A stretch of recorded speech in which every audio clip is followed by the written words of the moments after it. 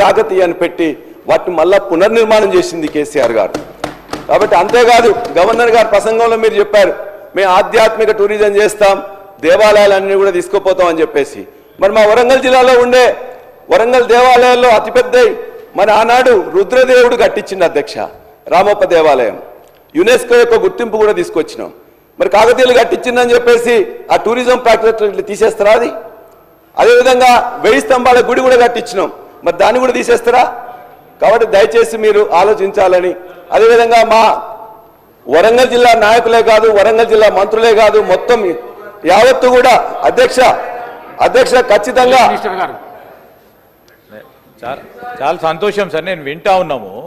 కానీ చరిత్ర దగ్గరలో ఉన్న చరిత్రను కూడా మనం ఆలోచన చేయాలా. కాకతీయులకు సంబంధించి మాట్లాడుతూ ఉన్నారు అధ్యక్ష, వారి చరిత్ర గురించి మాట్లాడుతూ ఉన్నారు. టీఆర్ఎస్ పార్టీకి సంబంధించి ఆనాడు మా ప్రభుత్వ హయాంలో ఉమ్మడి రాష్ట్రంలో 2 కోట్ల రూపాయలు కాకతీయ ఉత్సవాల గురించి ఆ రోజు కేటాయింపు చేస్తే 2 కోట్లు కాదు 4 కోట్లు 6 కోట్లు 8 కోట్లు చేయాలని చాలా సందర్భాల్లో వారు డిమాండ్ చేశారు. సరే 2014 నుంచి 23 వరకు ఒక్కసారి కూడా కాకతీయ ఉత్సవాలు చేయలే టీఆర్ఎస్ పార్టీ ప్రభుత్వం.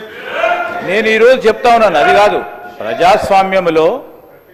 ప్రజాస్వామ్యంలో ప్రజలేం కోరుతా ఉన్నారు, సామాన్య ప్రజానికానికి ప్రతిరూపంగా నిలిచే స్ఫూర్తిని కలిగేయాలని, ఆ క్రమంలో మేము తీసుకున్న ప్రతి నిర్ణయం ఉంటుందని ఈరోజు మన చరిత్ర చెప్తా ఉన్న అనేక ప్రధానమైన అంశాలను కూడా ముడిపెడే అస్తిత్వాన్ని కాపాడే ప్రయత్నం చేస్తాం.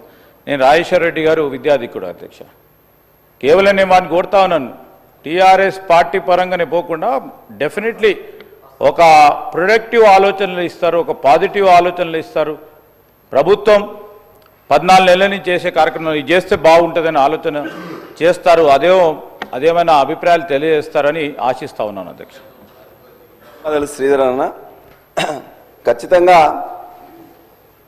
కాకతీయుల యొక్క ఘనకీర్తి కోసం మేము చెప్పట్లేదు. కాకతీయులు మనకు బతికిచ్చిండ్రు, చెరువులు ఇచ్చిండ్రు, కాబట్టి వారిని బర్కత్ ఉంటుంది, వారి యొక్క పేరు పెట్టుకుంటారనే ఉద్దేశంతో చెప్పినాం తప్ప మరొకటి కాదు.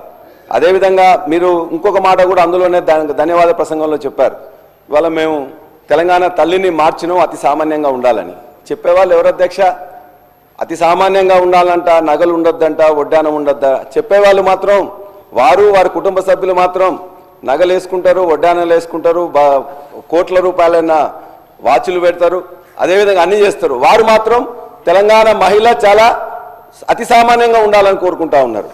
అంతేకాదు తెలంగాణ తల్లి నుంచి వెళ్ళి బతుకమ్మని వేరు చేయడం అంటే తెలంగాణ బతుకును అవమానం చేయడం తప్ప మరొకటి కాదు. తెలంగాణ తల్లి ఉద్యమాగ్నిలో పుట్టింది, ఎవరి కుట్రల నుంచేలో, కువారం నుంచేలో, ఓర్వలేని తరం నుంచేలో పుట్టలేదు అధ్యక్ష. కాబట్టి ఆ తెలంగాణ తల్లిని మార్చడం, అదేవిధంగా మేము అడిగేది ఒకటే, రాహుల్ గాంధీ గారు కూడా చెప్పిండ్రు, ఇవాళ పథకాలకు పేర్లు మార్చడమో ఇంకోటో చేస్తే ఇవాళ చేయలేనప్పుడు అది చేస్తామని చెప్పి రాహుల్ గాంధీ గారు చెప్పిండ్రు. దాన్నే మేము ఇలా విశ్వసిస్తున్నాం. పేర్లు మార్చడం కాదు, నెంబర్లు మార్చడం కాదు, ప్రజల యొక్క బతుకులు మార్చండి. ఆ ప్రజల బతుకులు మార్చే దాంట్లో ఖచ్చితంగా సమాజం గమనిస్తున్నది. మేమందరం కూడా ఇవాళ తెలంగాణ కళాతోరణాన్ని దాన్ని మార్చదలుచుకుంటే, చార్మినార్ రాజముద్రలా మార్చదలుచుకుంటే మేము వరంగల్ జిల్లా వాసులమే కాదు, మొత్తం తెలంగాణ యావత్తు ఆత్మగౌరవంతో బతికే వాళ్ళం, అన్నం ఉన్నా లేకున్నా కూడా కాదు. అందుకే మేము ఖచ్చితంగా చెప్తున్నాం, వరంగల్ మహనీయులైన రాణి రుద్రమదేవి సాక్షిగా, సర్దార్ సర్వాయి పాపన్న సాక్షిగా, తెలంగాణ సాయుధ పోరాట తొలి అమరుడు దొడ్డి కొమరయ్య సాక్షిగా, మా అక్క చాకలి ఐలమ్మ సాక్షిగా, సమ్మక్క సారక్క సాక్షిగా మా ఆత్మగౌరవం నిలబడడానికి ఖచ్చితంగా పోరాడతాం.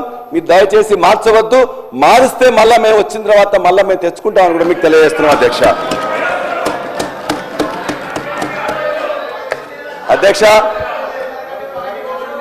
అధ్యక్ష వ్యవసాయ రంగం గురించి చాలా అందులో చెప్పారు.